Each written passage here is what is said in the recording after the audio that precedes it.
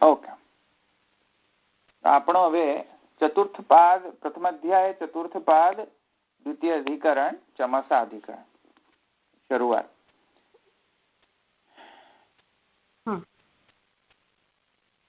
આપણે અધિકરણ માલા સૂત્રવૃત્તિ.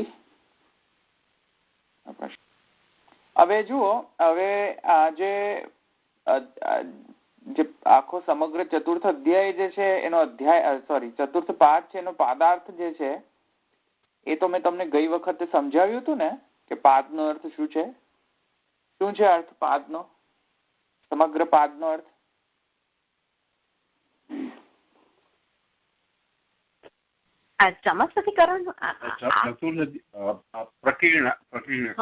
જુદા જુદા વિરુદ્ધ મતોનું નિરાકરણ કરે છે. તો શું હતું એ બે સાંખ્ય મતનું જે કપિલ મતનું છે વિશેષ રૂપે રહે છે. ત્યાર પછી યોગ અને યોગ ન્યાય વૈશેષિક સર્વ મતોનું પણ નિરાકરણ કરે. હા,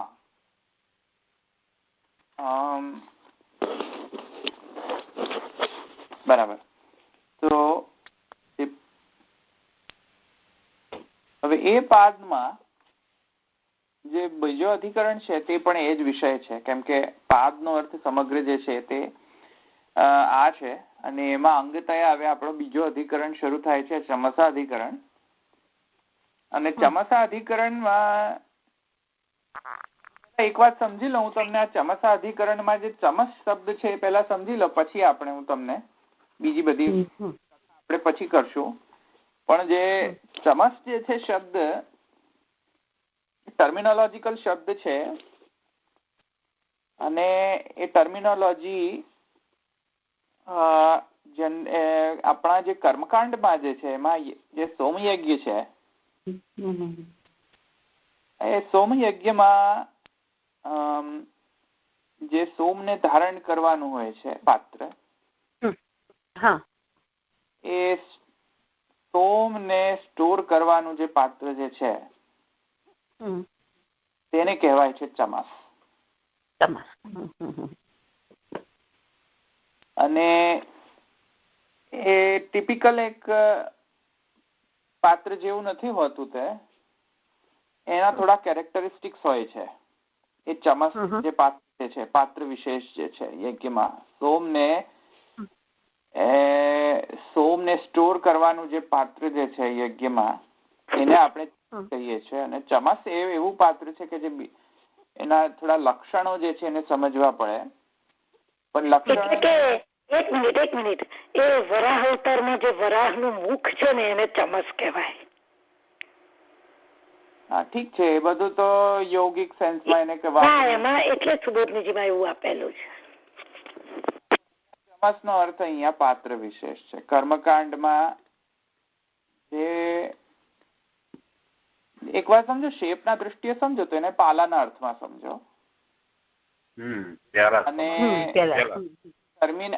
એને એક સ્પેસિફિક અર્થમાં જો ચમસ હોય, અહીંયા જે અધિકરણમાં જો ચમસ જે છે એ જનરલ સેન્સમાં તો એને પાલો કહેવાય, કે પ્યાલાનો શેપ હોય તે. તો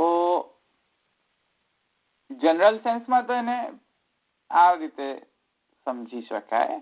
પણ સ્પેશિયલ કેસ છે અહીંયા ચમસ શબ્દ જે છે, આ અધિકરણમાં જે ચમસ શબ્દ વપરાયેલો છે તે કર્મકાંડ માટે વપરાયેલો છે. કર્મકાંડમાં જે સોમયાગ છે તે સોમયજ્ઞમાં કે જ્યાં પણ સોમનો ઉપયોગ થતો હોય તેવા યજ્ઞો, એ સોમને સ્ટોર કરવા માટેનો જે પાત્ર વિશેષ છે તેને આપણે ચમસ કહીએ છીએ. ત્વષ્ટા એ કદાચ એમણે ડિસ્કવરી કરેલી આ ત્વષ્ટા ઋષિએ, એવું મનાય છે. હવે ખબર નહીં કેટલી એની શક્યતા છે.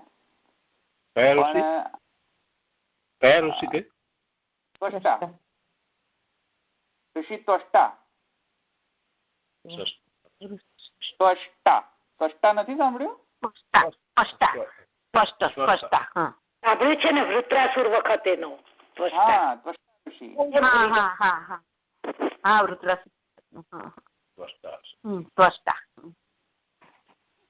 તો એ ચમસ જે પાત્ર છે તે કર્મમાં વપરાય છે, યજ્ઞમાં વપરાય છે. એટલું સમજમાં આવ્યું ને, સોમને સંઘરવા માટેનું. હવે આ અધિકરણનું નામ આવું કેમ છે એ તો અહીંયા અત્યારે હું નહીં સમજાવું, કારણ કે કથા મોટી છે જરા. જેમ જેમ આપણે આગળ જશું અધિકરણમાં તેમ તેમ તમને આ સમજ આવશે કે અધિકરણનું નામ ચમસા અધિકરણ કેમ છે. ચમસ શબ્દનો અર્થ બધાને સમજમાં આવ્યો? અહીંયા ચમસ શબ્દ છે અહીંયા વપરાયેલો. જનરલ સેન્સમાં તો એના ઘણા મિનિંગ થાય છે, એમાંનો એક પ્યાલો પણ અર્થ થાય છે. કોઈને પ્રશ્ન છે? કોઈ બધાને સમજમાં આવ્યું ને?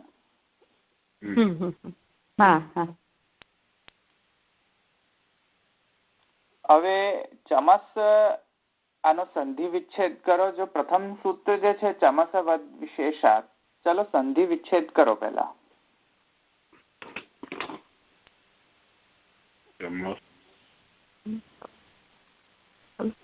દનોતા કર દો. ના, તમે નહીં, બીજા કરો. ચમસ વદ શું છે એ અધિકરણ? સૂત્ર ચમસ વદ ઇતિ અધિકરણે. ના, સૂત્ર છે ને, સૂત્ર. હા, ચમસ વદ અવિશેષાત. Very good, very good. જલામ જશો તે કરીને વાવ અસાને થી દ થયો, બરાબર? કયા આપણા સૂત્ર લાગ્યા? જલામ જશો તે પેલું લાગ્યું ને, જલામ જશો તે ને પછી વાવ અસાને થી તનો પાછો દ કર્યો. બે રીતે થઈ. તનો પાછો દ વાવ અસાને થાય, બરાબર છે. પછી તે કરો તો ત થઈ જાય. હા, પછી આગળ આવ્યો ને. હા, એટલે બોલો પછી શું કર્યું તમે? અજીનમ પરેણ સંયોજ્યમ કોણ બોલવાનું તું?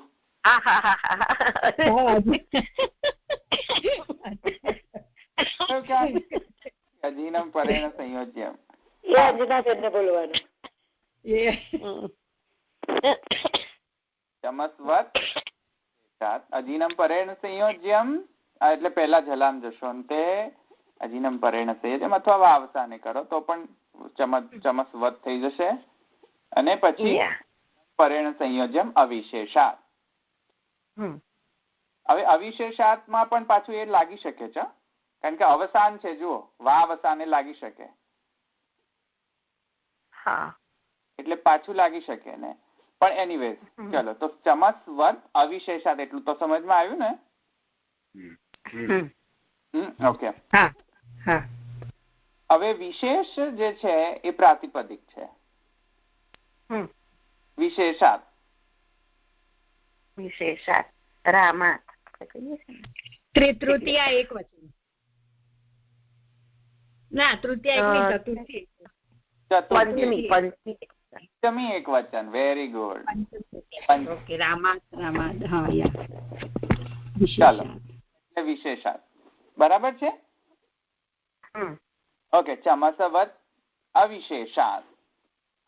એ નય સમાસ છે એટલે આવી ગયો, નહીં તો વિશેષ થઈ જાય. સમજમાં આવ્યું? એટલે નય સમાસ અવ્યય જોડીને વિશેષાત, અવિશેષાત અને પંચમી પ્રથમા. બરાબર છે? બરાબર છે. નય સમાસ મને ભૂલી ગઈ છે, એમાં ખ્યાલ ના આવ્યો. નય સમાસ એટલે નેગેશન. નકારાત્મક અર્થમાં હોય અને નય સમાસ કહેવાય. નેગેશન. બરાબર. ઓકે. એટલે હવે અર્થ શું જુઓ, અર્થ શું થયો? સૂત્રાત્મક શૈલી છે એટલે અર્થ શું થયો કે ચમસવત શેષાત. પંચમી છે ચમસ થી, તો ચમસ મંત્ર એટલે કે ચમસ શ્રુતિની, એટલે ચમસ એક મિનિટ. હા, ચમસ મંત્ર જે છે એમાં જે કહેલું છે કર્મ વિશેષ નથી, કેમ કે અવિશેષાત છે. એટલે ચમસ મંત્ર ની અંદર કર્મ વિશેષતા નથી, તેવી રીતે અહીંયા સમજવું, આવો અર્થ નીકળે છે. હવે અર્થ અહીંયા ટ્રાન્સલેશન આવું નીકળે છે, પણ અર્થ હમણાં તમને નહીં સમજાય. અર્થ તો આપણે લઈશું ને આ અધિકરણ ત્યારે ખબર પડશે.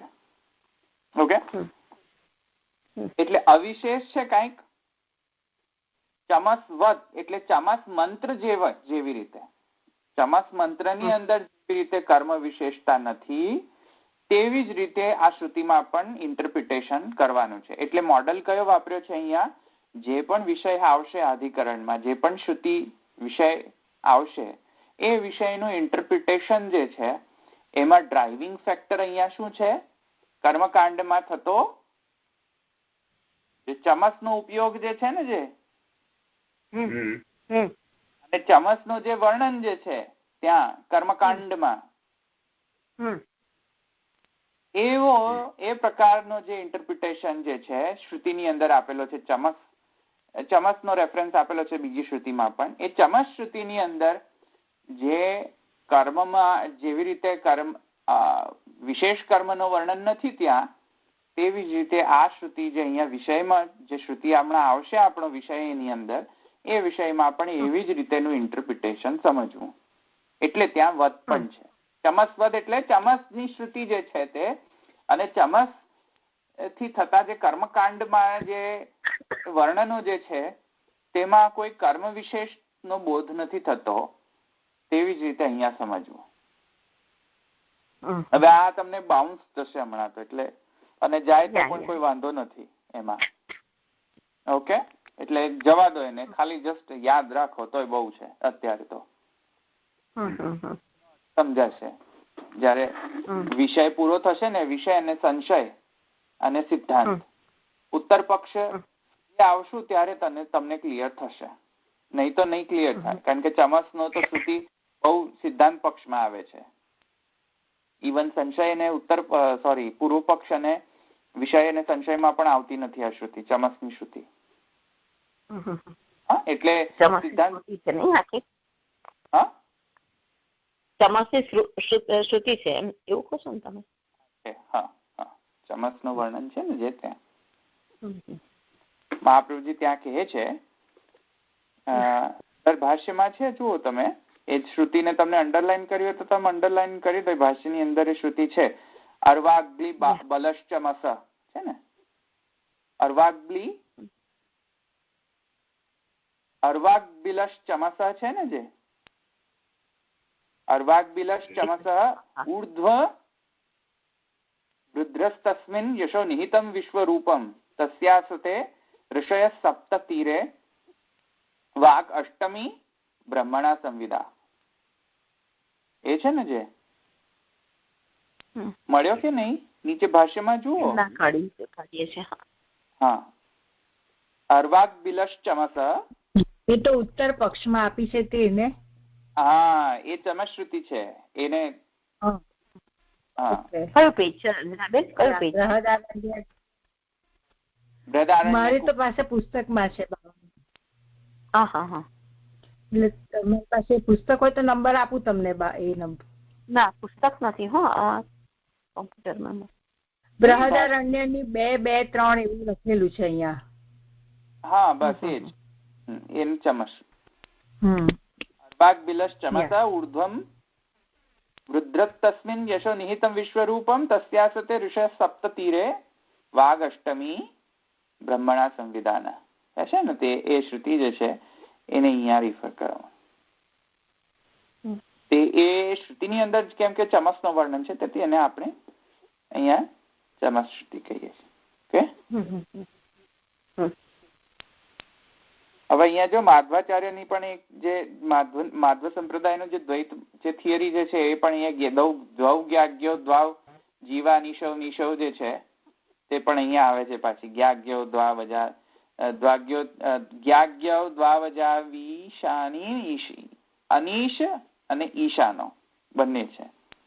ઈશ અને અનીશાનો અજાહ્ય કે આ ભોક્તૃભોગ્યા યુક્તા આ જે છે એ પણ માધવ સંપ્રદાયનો એક થિયરી જે છે આના પર બેઝડ છે પાછી. હવે ધવલભાઈ અહીંયા તત્રય વ લખ્યું છે એટલે કયું? એ ઉપનિષદ નથી ને તત્રય વ?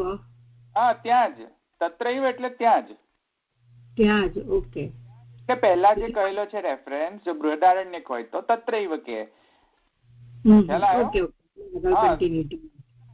એકવાર ઉપનિષદ આવી ગયો રેફરન્સ પછી એમ જ કે ભાષ્યકાર કે તત્રૈવ, બસ પતી ગયું. ઓકે.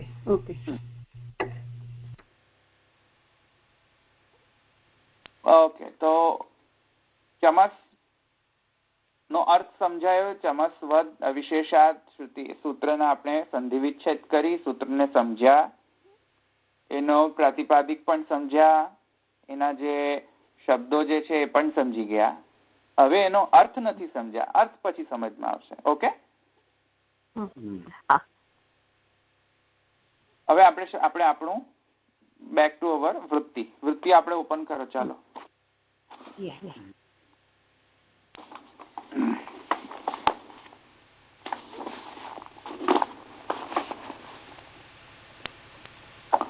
જો શું કહે છે બધા ઓપન કરી 43 પેજ નંબર 43.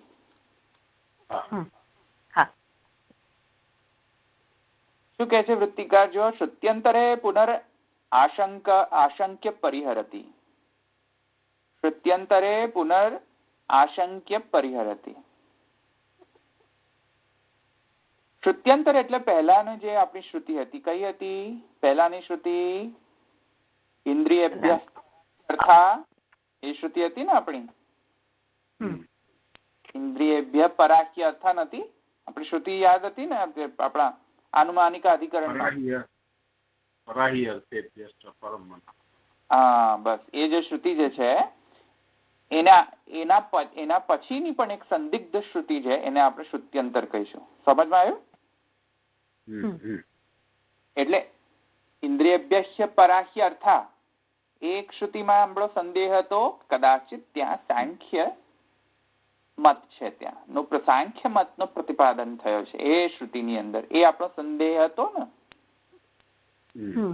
હવે બીજી એવી કઈક શ્રુતિ છે જેમાં પણ આપણે કન્ફ્યુઝ થઈ શકીએ છીએ કે કદાચિત આ સાંખ્ય મત નું પ્રતિપાદન હશે, એને આપણે શ્રુત્યંતર કહીએ છીએ. સમજમાં આવી ગયો? શ્રુત્યંતર એ શ્રુત્યંતર આવશે કઈ શ્રુતિ છે હમણાં આવશે નેક્સ્ટમાં. એટલે શ્રુત્યંતરે બીજી પણ શ્રુતિ છે એમાં પુનર આશંક્ય પરિહરતી.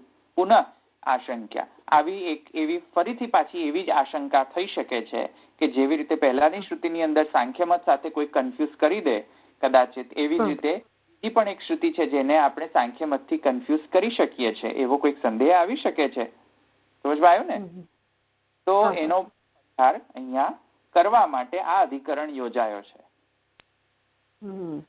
તમને પહેલા કહ્યું હતું સૂત્રકાર એટલા બધા ઇન્ટેલિજન્ટ હોય છે કે એકના એક ટાઈપના પ્રોબ્લેમને મલ્ટિપલ સૂત્રથી ડીલ ના કરી શકે, નહીં તો સૂત્રનો ધ્યેય જ ખોટો થઈ જાય. સૂત્રની ડેફિનેશન શું છે? ભૂલી ગયા.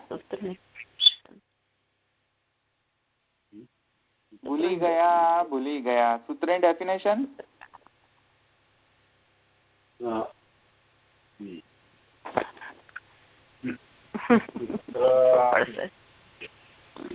સૂત્રકાર માટે શું છે કે એનું નાનું હોય, સંક્ષિપ્ત શબ્દો હોય. પણ શું પણ એની ડેફિનેશન શું હતી? એવું હતું કે સૂચિતાર્થાની સ્વલ્પાક્ષરમ અસંદિગ્ધમ સારવત વિશ્વતો મુખમ. Very good. શોભમ અનવદ્યમ ચ સૂત્રમ ચ સૂત્રવિદો વિદુઃ. સ્વલ્પાક્ષરમ સૂત્રાર્થો વર્ણતે યત્ર પછી મને નથી યાદ. અનુસારીની સ્વપદાની ચ વર્ણતે ભાષ્યમ ભાષ્યવિદો વિદુઃ. એવું કઈક છે, બધું ભૂલી ગઈ છું. કરવાની જરૂર નથી, આપણે એક જ વસ્તુ સૂત્ર જ પૂછ્યું છે ખાલી. ઓકે, એટલે સ્વલ્પાક્ષરમ સૂત્ર કેવું હોવું જોઈએ? સ્વલ્પાક્ષર હોવું જોઈએ, અસંદિગ્ધમ હોવું જોઈએ. વિશ્વતો મુક્તા હોવી જોઈએ, સાર નીકળતો હોવો જોઈએ, સાર વગરનો સૂત્ર ના હોવો જોઈએ. અસ્તોભમ અનવદ્યમ છે. આ તો જો કે ફોનેટિક્સ ના રૂલ્સ છે, બરાબર છે. ત્યાં અર્થની દૃષ્ટિએથી સ્વલ્પાક્ષરમ ફિઝિકલ ના દૃષ્ટિથી સ્વલ્પાક્ષર હોવો જોઈએ સૂત્ર. ના દૃષ્ટિથી અસંદિગ્ધમ હોવું જોઈએ, સારવત હોવો જોઈએ, વિશ્વતો મુક્તા હોવી જોઈએ એનામાં. તો રિપીટેશન ના થવું જોઈએ. સમજમાં આવ્યું? રિપીટેશન ના થવું જોઈએ સૂત્રમાં, એટલી ટેક કેર કરવી જોઈએ. એકની એક વાત ફરીથી રિપીટ ના થવી જોઈએ, કેમ કે સ્વલ્પાક્ષરમ અસંદિગ્ધમ સારવત. સમજમાં આવ્યું? તો પુનરાવૃત્તિ દોષ ન થવો જોઈએ સૂત્રમાં, કેમ કે લોજિકલી પણ પુનરાવૃત્તિ દોષ થવો ન જોઈએ અને સૂત્રમાં તો ન જ થવો જોઈએ. તો જયારે એક વસ્તુ કહેવાઈ ગઈ આનુમાન અધિકરણમાં, તો પછી ફરીથી એનો એ જ પ્રકારનો સંદેહ ચમસા અધિકરણમાં લેવાની શી આવશ્યકતા?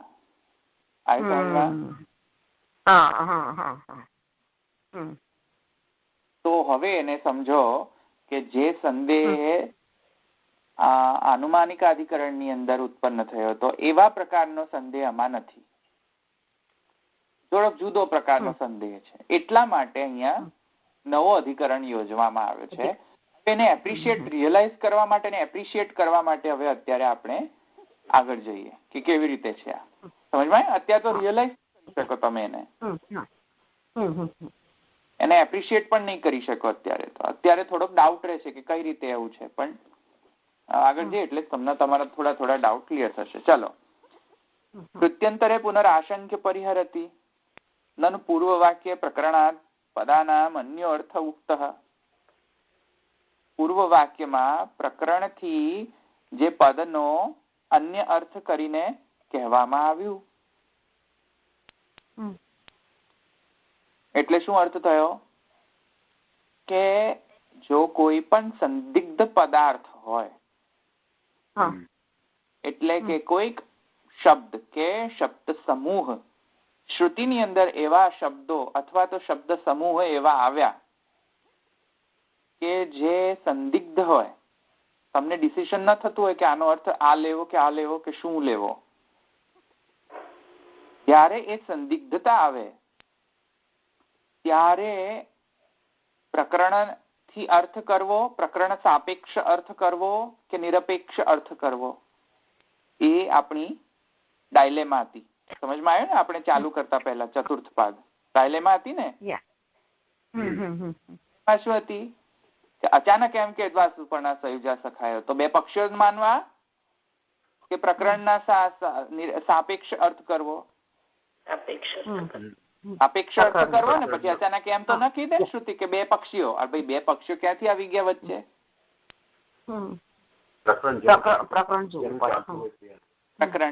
પ્રકરણ સાપેક્ષ હોવો જોઈએ ને અર્થ.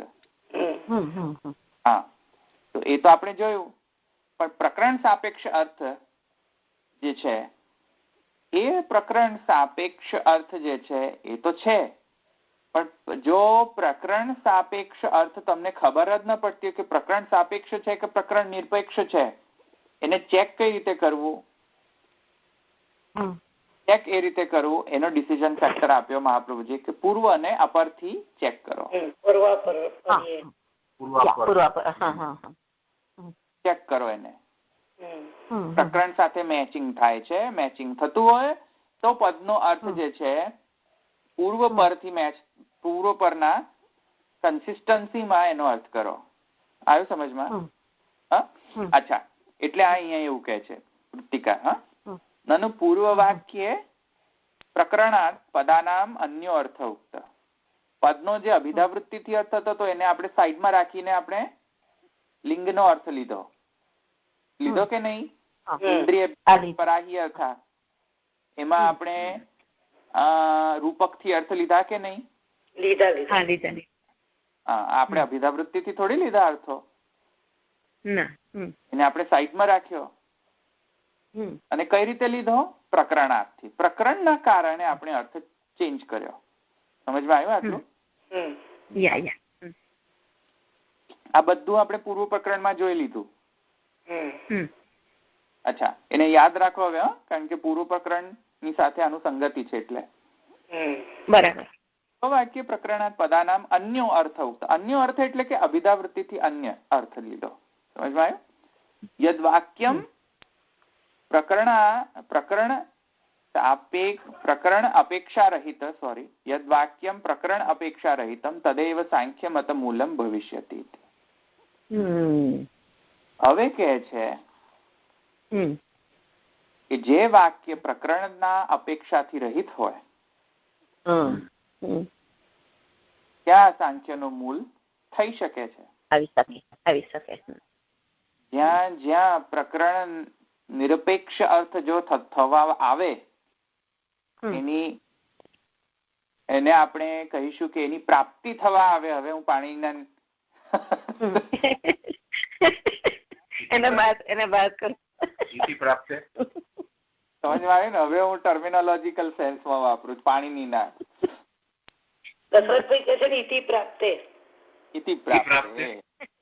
હા, બસ.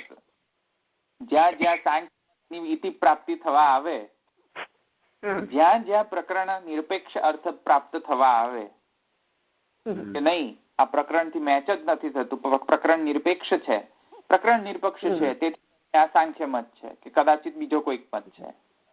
સમજમાં આવે તમને? તો યદ વાક્યમ પ્રકરણ અપેક્ષા રહિતમ તદૈવ સાંખ્ય મતમ મૂલમ ભવિષ્યતિ. જ્યાં જ્યાં આવો પ્રસંગ આવશે ત્યાં ત્યાં બધે જ પ્રાપ્તિ થશે સાંખ્ય મતની, થવા આવશે. પ્રાપ્તિ પણ ન કહેવી જોઈએ, ખોટો કન્ફ્યુઝન થવા આવે. સમજમાં આવ્યું? સાચી પ્રાપ્તિ હોય છે સૂત્રમાં તો, પણ અહીંયા તો સાચી પ્રાપ્તિ નથી, મિથ્યા પ્રાપ્તિ છે. એટલે કન્ફ્યુઝ થઈ શકો તમે કે કદાચિત આ સાંખ્ય મત હોઈ શકે. સમજમાં આવ્યું? અજામેકામ લોહિત શુક્લ કૃષ્ણામ પ્રજાસ્ત્રજમ. એક મિનિટ, અહીંયા તો પ્રિન્ટિંગ બધી બહુ ગરબડ છે. એક મિનિટ, હું અહીંયાથી વાંચું છું. અજામેકામ લોહિત શુક્લ કૃષ્ણામ બહ્નિ પ્રજા સૃજમાનમ સ્વરૂપા અજોશ્યેકો યુષમાણો નુષ્યેતે જહ્યાત્યેનામ ભુક્ત ભોગાનામ અજોન્ય. અજામેક, આ બહુ જ શ્રુતિ. અજામેકામ લોહિત શુક્લ કૃષ્ણામ ફેમસ શ્રુતિ. શ્વેતાશ્વેતરની. હા, રાઈટ. શ્વેતાશ્વરૂપ. હા, ચતુર્થ 174 પેજ. શ્વેતાશ્વરૂપનિષદ બહુ ફેમસ છે આ શ્રુતિ. આ છે અજામેકામ લોહિત શુક્લ કૃષ્ણામ. આ સાંખ્ય વાળા બહુ કોટ કરતા હોય છે એટલે બહુ ફેમસ છે. અજાને લીધે. અજા એમની સગી છે ને. તો અજામેકામ લોહિત શુક્લ કૃષ્ણામ, આ બધો આખી જે શ્રુતિ છે એ આપણો વિષય વાક્ય, આપણો વિષય છે. સમજવી પડશે શ્રુતિ, સમજાશે ને વિષય. શ્રુતિ સમજાવું છું તમને, હું સમજાવું છું. હમણાં તમે આટલું તમને અત્યારે જે આખો અધિકરણ કેમ યોજવો પડ્યો એ અત્યારે સમજો, પછી બધું આપણે શ્રુતિ સમજાવીશું તમને. હા, પહેલા આપણી સંગતિ જોવી પડશે ને. આગલા જે ગયા પ્રકરણ નો આ પ્રકરણ સાથે સંગત કરવું પડશે ને. હા, એટલે પંચાંગ માં પેલી સંગતિ આવી જોઈએ ને. એક પ્રકરણ પછી પ્રકરણ આવતું તો બે પ્રકરણ ને લિંક કઈ રીતે કરવાના એ પણ પાછો સૂત્રકારનો જ રિસ્પોન્સિબિલિટી છે. સંગતિ વિષય વિશેષ છે. સંગતિ આવી ને પાંચમો અંગ, એ તો કરવો પડે ને. એટલે હું એ કરી રહ્યો છું અત્યારે, સંધિ કરાવી રહ્યો છું કે એક પ્રકરણ પછી બીજો પ્રકરણ સંધિ કઈ રીતે. ઓકે, એટલે એ અહીંયા સ્વીકાર સમજાવે છે. અજામેકામ લોહિત ઇત્યાદિ ઇત્યાદિ ઇત્યાદિ બ્લા બ્લા બ્લા. ઓકે, ક્યાં સુધી કરી છે? એક મિનિટ. હા, સુતમ કપિલમ યસ્તમ અગ્રે જ્ઞાને વિભરતી જાયમાનમ ચ પશ્યેત ઇત્યાદિ જે છે ત્યાં સુધીની છે. જુદી જુદી છે. આઈ મીન વ્હાઇટ પેલી સ્કેટર્ડ શ્રુતિને એક કરીને કરેલી છે, બધી સ્કેટર્ડ છે અક્રોસ ધ બોર્ડ. શ્વેતાશ્વર ઉપનિષદના ભિન્ન ભિન્ન અધ્યાયોમાં સ્કેટર્ડ છે.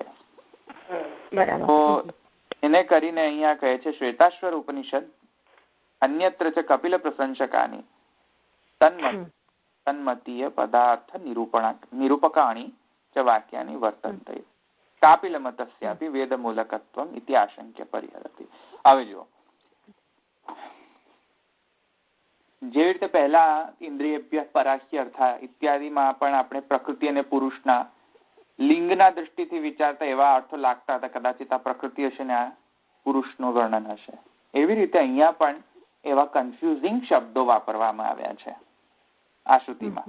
આમ એકામ લોહિત શુક્લ. હવે અજનો મતલબ અહીંયા હું આખી શ્રુતિને સમજાવતો, શ્રુતિ પછી સમજાવીશ, ફરીથી કહું છું. અજનો મત અજા અને અજ બે સાંખ્ય મતના ફંડામેન્ટલ પ્રિન્સિપલ છે. સાંખ્ય મત ફંડામેન્ટલ આખો એ લોકોનો જે છે પિલર ઓફ સાંખ્ય મત ઇઝ અજા એન્ડ અજ. અજા એટલે પ્રકૃતિ, અજા એટલે પ્રકૃતિ, અજ એટલે પુરુષ. એટલે ઇટ ઇઝ, મેં તમને કેટલી વખત કહ્યું છે કે it is like a love story. બરાબર. And there is a premika. And premi cannot stay without premika, and premika cannot stay without premi. So they both have to together. બરાબર. બસ આ love story is equal to Sankhya મત. સમજ આ છે. વળગેલા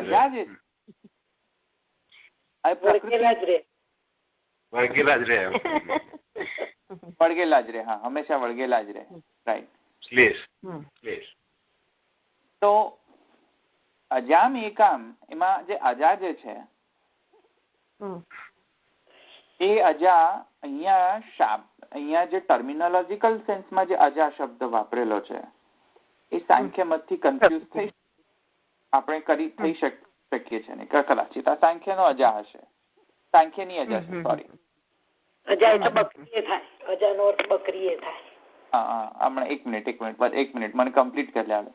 તો આનો અર્થ જે છે અહીંયા કદાચ સાંખ્ય મતના પ્રકૃતિથી પણ કન્ફ્યુઝ થઈ શકીએ છે. હવે એમાં જો અજામ એવી એક અજા છે અને પછી શ્રુતિ કહે છે લોહિત શુક્લ કૃષ્ણામ. ત્રણ કલરની છે. લાલ સફેદ અને કાળી.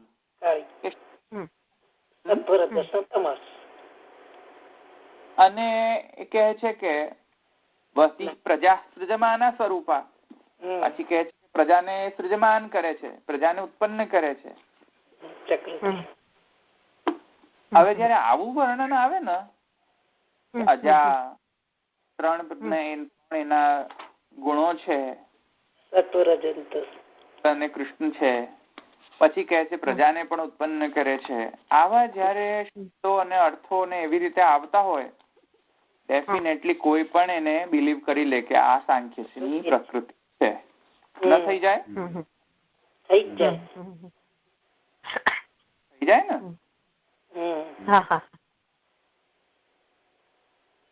પોતાના જેવી ઘણી પ્રજા સૃજમાના સ્વરૂપ, પોતાના સ્વરૂપ જેવી ઘણી બધી પ્રજા ઉત્પન્ન કરનારી છે. અને કેવી છે? લોહિત એટલે લાલ, શુક્લ સફેદ, કૃષ્ણામ શ્યામ. પછી શું કહે છે? જો અજો હિ એકો.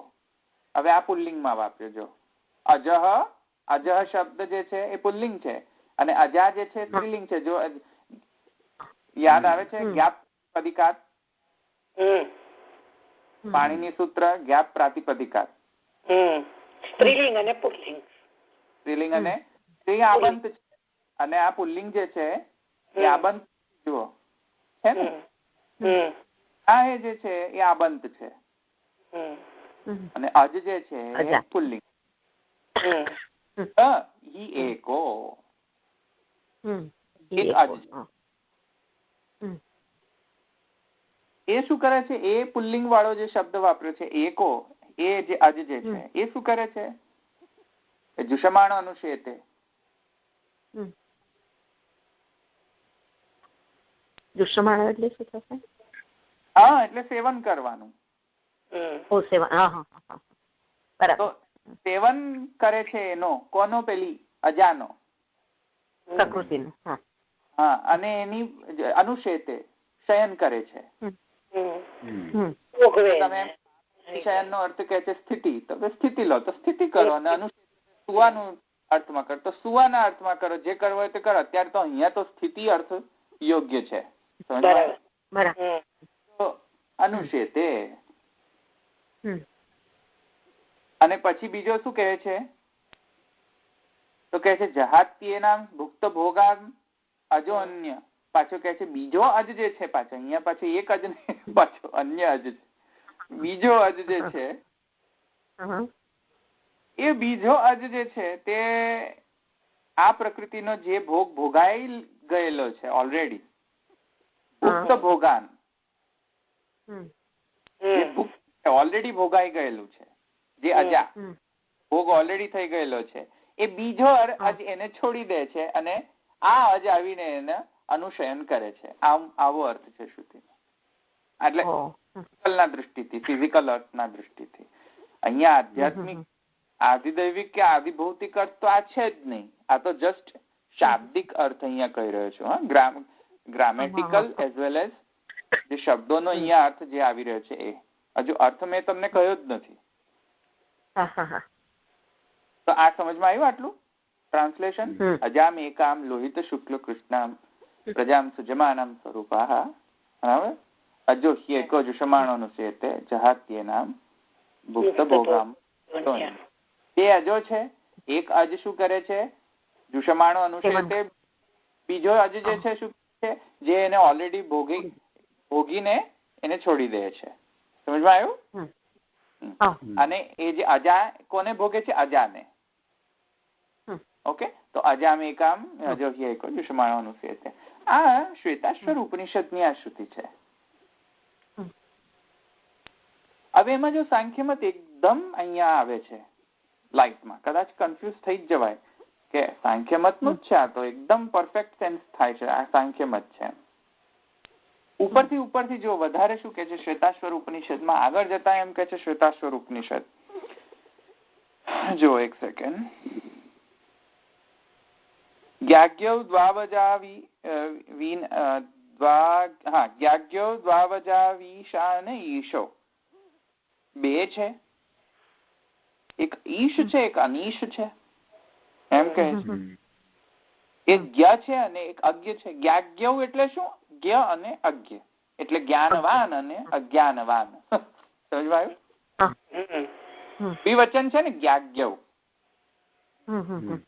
જ્ઞાગ્યૌ દ્વાવજાવીશાન ઈશો. એક ઈશ છે એક અનીશ છે. અજીના પરિણામ સંયોજન કરશો તો વિના આવી રીતે થશે. જ્યાં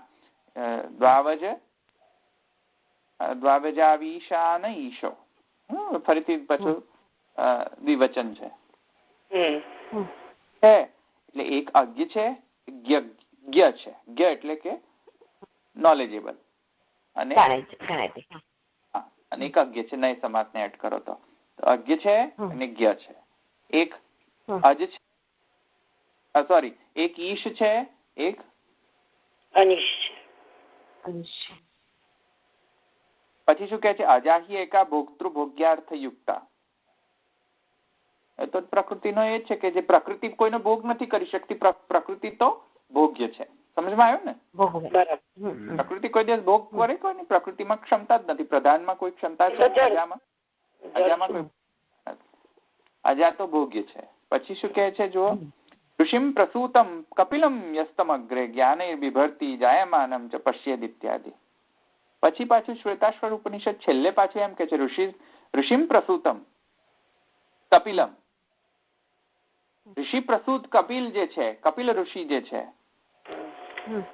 જ્ઞાને બિભર્તિ જાયમાનમ ચ. આ કપિલ જે છે, કપિલ મુનિ જે છે, એનો જ્ઞાન જે છે અહીંયા પ્રકાશમાન થાય છે. એવું પાછું કહે છે છેલ્લે પાછું. તો ન બિલીવ કરતા હોય ને એ લોકોને બિલીવ કરવું પડે કે આ તો સાંખ્ય મત જ છે કે કપિલ સાંખ્ય આવ્યું. મુનિનું નામ છે ચોખ્ખું કપિલ મુનિ, કારણ કે સાંખ્ય એમને પ્રચાર કરેલો ને એટલે ઉત્પન્ન કરેલું. જ્ઞાનેર બિભરતી પાછું કહે છે, જ્ઞાન પ્રકાશમાન થાય છે પાછું એમ કહે છે. તો હવે આને શું સમજવું? સાંખ્ય જ મત છે અહીંયા, સમજી જ લો.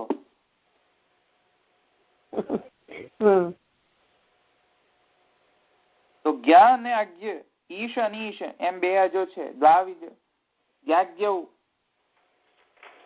બે અજો છે અને એક અજા છે. એટલે આ તો ત્રણ પેલી ટ્રાયેંગલ લવ સ્ટોરી થઈ. કારણ કે બે અજ ને એક અજા આવ્યું તો ટ્રાયેંગલ થયું ને, અને એક અજા છે.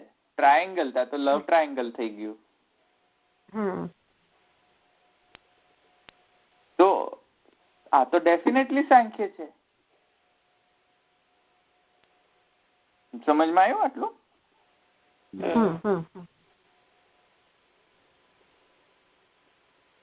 એ અહીંયા સૂત્ર વૃત્તિકાર એમ કહે છે. જો પછી કહે છે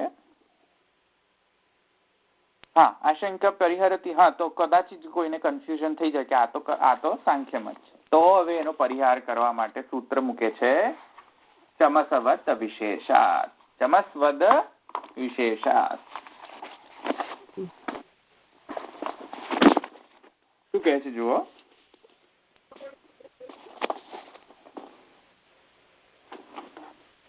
સૂત્ર આપણું વૃત્તિ 44 નંબર, પેજ નંબર.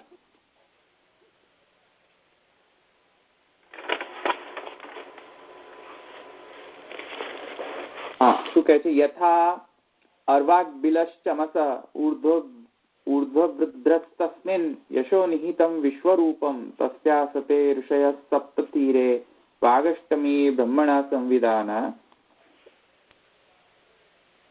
ઇતિ મંત્રે કર્મ વિશેષમ કલ્પયિત્વા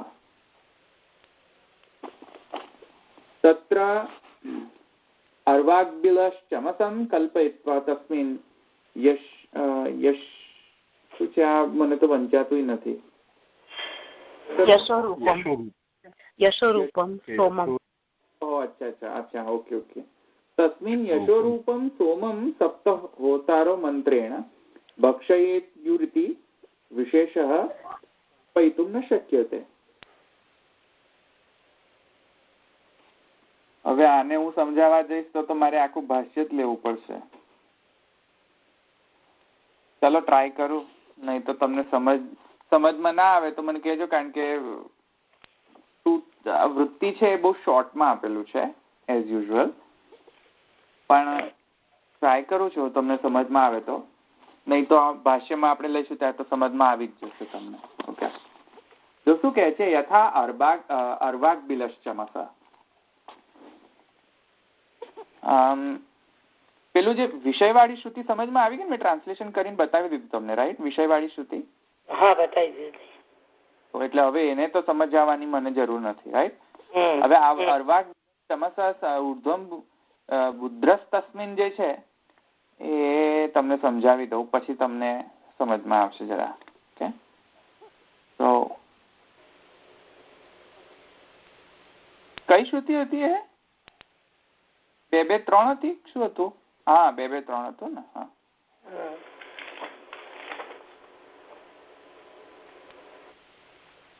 હા જો અહીંયા મેન મુદ્દાની વાત સમજો, પછી હું તમને શ્રુતિ સમજાવું. એમની જે આર્ગ્યુમેન્ટ છે ને જે સિદ્ધાંતિની એ સમજાવું. પૂર્વ પક્ષી એવું કહે છે, આખો મોડલ સમજી લો પછી તમને બધું અંદર તો બધી ડિટેલ બધી બહુ છે અંદર. મોડલ આખું સમજી લો. મોડલમાં એવું કહે છે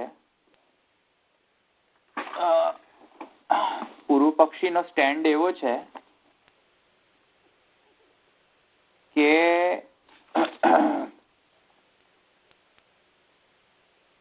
જો તમે એમ કહેતા હો પાછલા પ્રકરણના સિદ્ધાંતના કારણે કે કોઈ પણ સંદિગ્ધ પદોનો અર્થ જો કરવો હોય, આ પૂર્વ પક્ષી બોલે છે, કોઈ પણ સંદિગ્ધ પદો કે પદના સમૂહોનો જો તમને અર્થ કરવો હોય તો હંમેશા તમારે પૂર્વ અને અપર ની સાથે એનો સંગતિ કરવી પડશે, અને એ પણ પાછો પ્રકરણના નિયમ પ્રમાણે. પ્રકરણની સાથે પૂર્વ પક્ષી કે છે ને બધું કહે છે કે જો તમે આમ આવું કહેતા હોય તો તમારો આવો જ સિદ્ધાંત હોય જે પૂર્વ પ્રકરણમાં આવી ગયો ને સિદ્ધાંત, પૂર્વ પક્ષ એમ કે છે ચલો હું આ સિદ્ધાંતને પકડી લઉં, તુષ્યતુ દુર્જન ન્યાય. તો પૂર્વ પક્ષી પછી એક એવો ફેન્ટાસ્ટિક લોજિકલ સમરસોલ્ટ આપે છે સિદ્ધાંતીને કે જો તમારો સિદ્ધાંત હું અહીંયા લઈ લઉં, 5 મિનિટ માટે સાચો પણ માની લઉં એને, તો મને એક વાત કયો તમે કે જો બધા ઇન્ટરપ્રિટેશનમાં પૂર્વ અને અપરની સંગતિ લેવી આવશ્યક હોય તો પછી ઓમકારનો જે અર્થ જે છે, જે પૂર્વકાંડમાં બધા જ મંત્રો ઓમકારથી શરૂ થતા, હરિ ઓમ તત્સત, હરિ ઓમ થી શરૂ થાય છે બધા જ મંત્રો. જોઈ લો પુરુષ સૂક્ત હરિ ઓમ ઓમ તત્શૈયોળાવૃણી વહે ગાતુમ યજ્ઞાય ગાતુમ યજ્ઞપતયે, બધું શરૂ થાય છે. રાઈટ, હરિ ઓમ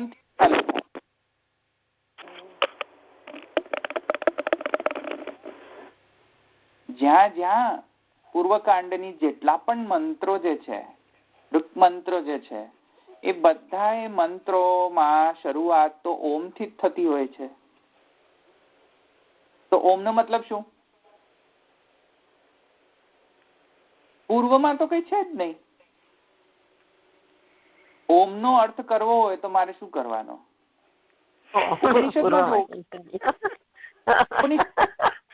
શરૂઆતથી જ છે. ઓમ નો અર્થ તો ઉપનિષદમાં આપેલો છે. કર્મકાંડ તો પહેલો પ્રકરણ છે. બરાબર. ઓમ તો પછીથી, ઓમ નો અર્થ તો પછીથી ઉપનિષદ કહે છે. મંત્ર શરૂ તો વેદનો ઓમ થી થાય છે. વેદની શરૂઆત ઓમ થી થાય છે. ઓમ નો જ અર્થ નથી ખબર, અને ઓમ નો અર્થ લેવા જઈએ તો પૂર્વ શું કરીએ? પૂર્વ અને અપર, તો પૂર્વ તો છે જ નહીં અહીંયા. સમજમાં આવે તમને? ઓમ નો અર્થ જ કરવો કઈ રીતે? હરિ ઓમ થી જો બધા મંત્રો ચાલુ થતા હોય ને ઓમ જો બ્રહ્મ છે એવું સમજાવવાની ખબર, એવું સમજવાની સેન્સ જ કઈ રીતે આવે જ્યાં સુધી તમે ઉપનિષદ ના ભણો ત્યાં સુધી. તો આ તો તમે જે સિદ્ધાંત કહી રહ્યા છે એનો જ વિચ્છેદ થઈ રહ્યો છે. કેમ કે પૂર્વકાંડ ની પહેલા તો કોઈ કાંડ જ નથી, એ તો પ્રથમ કાંડ છે. શંકરાચાર્યને મજા પડી જાય. પૂર્વ ક્યાંથી લાવશો? પ્રકરણ ક્યાંથી લાવશો? પ્રકરણ તો હજુ ચાલુ થયો છે. પ્રકરણ ક્યાંથી લાવશો? લાવશો કઈ રીતે? જે વસ્તુ પહેલી જ આવે છે શબ્દ, ફર્સ્ટ, એકદમ ફર્સ્ટ જ શબ્દ છે, તો પ્રકરણ એનાથી ચાલુ થાય તો પ્રકરણનું ડિસિઝન કઈ રીતે કરે? કારણ કે ત્યાં તો ચક્રાશ્રય થઈ જશે. પ્રકરણનો અર્થ કાઢતા પહેલા શબ્દનો અર્થ કાઢવો પડશે. શબ્દનો અર્થ કાઢવો હોય તો પાછો પ્રકરણનો અર્થ લેવો પડે. તો ભાઈ સાહેબ પહેલા પ્રકરણનો અર્થ લઉં કે શબ્દનો અર્થ લઉં? ઓમનો અર્થ લઉં કે પ્રકરણનો અર્થ લઉં? પણ પ્રકરણનો અર્થ તો ઓમ પર ડિપેન્ડન્ટ છે, પણ ઓમનો અર્થ તો ઉપનિષદમાં છે. કરવું શું? તો હવે મારે શું કરવું? પૂર્વાપર સંબંધ તો રહ્યો નહીં, તો આ તો સિદ્ધાંત ખોટો. પૂર્વાપર સંબંધ રહ્યો? આ ન સમજાયું, રહ્યો જ નહીં. આ સમજાયું નહીં મને ઓમ વાળું. હવે ઓમ શું ના સમજાયું? એટલે કયો પાર્ટ ના સમજાય? કેમ કે મેં તો બધું બહુ સમજાવી દીધું. હવે કયો પાર્ટ ના સમજાય મને કયો? ના એટલે એ જે કેવી રીતે એનો અર્થ કઈ રીતે કરશો એમ, એ પહેલું જ છે. એ વાક્યમાં પહેલો જ આવતો હોય શબ્દ, એ શબ્દ જ સંદિગ્ધ હોય તો તમે પ્રકરણ તો હજુ ચાલુ જ થયો છે. જેમ કે તમે ગ્રંથ લખતા હોય તો ગ્રંથની પહેલા હરિ ઓમ લખો, તો હવે જયારે હરિ ઓમ લખ્યો તમે ગ્રંથ શરૂઆત કરતા પહેલા, તો ઓમ શબ્દનો અર્થ શું કર્યો એ તમે જ્યાં સુધી આખો ગ્રંથ ના વાંચી લો ત્યાં સુધી તો ઓમ નો જ ખબર ના પડે અર્થ. સમજમાં આવ્યું? તો ઓમ થી પૂર્વ તો કઈ છે જ નહીં, કેમ કે તમે તો હજુ ચાલુ કરી રહ્યા છો, સ્ટાર્ટિંગ છે પોઈન્ટ. તો પણ એ તો આગળ સમજાશે જ ને પછી, એમ કે પહેલેથી સમજવાની પણ જરૂર શું? ઓમનો અર્થ તો ઉત્તરકાંડમાં બતાવેલો છે, એમ જ્ઞાનકાંડમાં. હા, ઓમનો અર્થ તો પછીથી આવે છે ને. હા, જ્ઞાનકાંડ, હા, એ રીતે બરાબર છે. પેલો કોઈ ઉપનિષદ ભણે નહીં ત્યાં સુધી તો પેલો અર્થ સમજી જ ન શકે. પણ એટલે એ સમજવાની જરૂર સાથી પડે, એ પછી તો સમજાવવાનું જ છે ને. આપણે પણ એ રીતે જ દરેક વસ્તુ સમજીએ. કઈ રીતે સમજાય કાંડની દ્રષ્ટિથી? પણ સમજવાય કે ન સમજાય એ તો સેકન્ડરી ઇસ્યુ છે. ઇસ્યુ અહીંયા એ છે કે કોઈ પણ શબ્દનો અર્થ કરતા પહેલા એના પહેલાના અને એના પછીના સંદર્ભને ધ્યાનમાં રાખો એવો નિયમ થયો. એ નિયમ અહીંયા લાગુ જ નથી પડતો. એટલે એ નિયમ સર જોવા જાવ તો એ લાગુ નથી. બરાબર છે, રાઈટ. એ તો આપણે ગયા વખતે જોયું, રાઈટ. ડિસ્કશન છે કે ચાલુ કેમનો કરવો વેદાભ્યાસ, પૂર્વકાંડ થી કરવો કે ઉપનિષદ થી કરવો, એ સેકન્ડરી ડિસ્કશન છે. અચ્છા. અહીંયા ડિસ્કશન નો પોઈન્ટ એ છે કે અહીંયા હવે નિયમ જ નથી રહ્યો એવો કોઈ.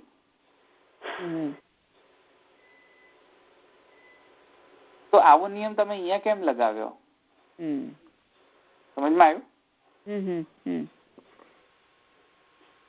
એટલે પછી પૂર્વ પક્ષી કહે છે કે તેથી કરીને હું નથી માનતો તમારા નિયમને, આ નિયમ ખોટું છે.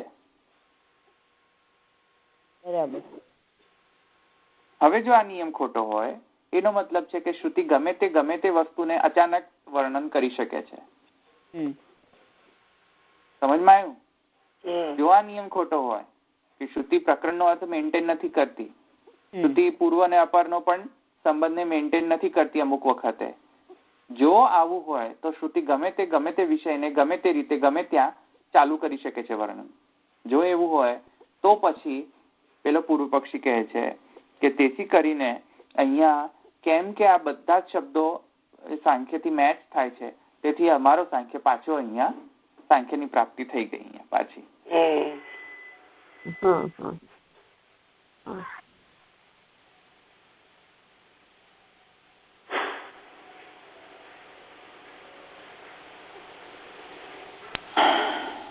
ઓકે, અહીંયા સમજમાં આવ્યો એટલું? હાજી, હા.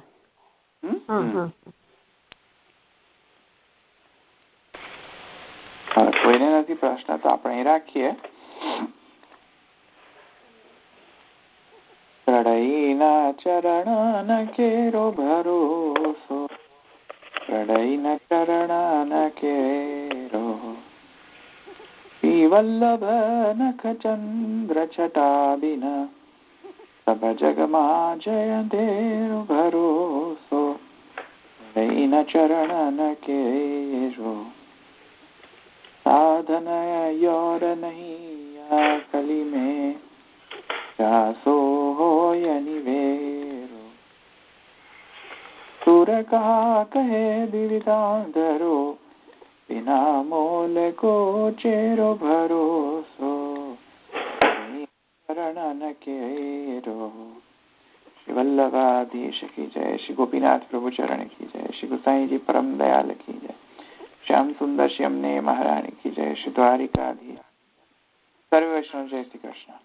जय श्री कृष्ण.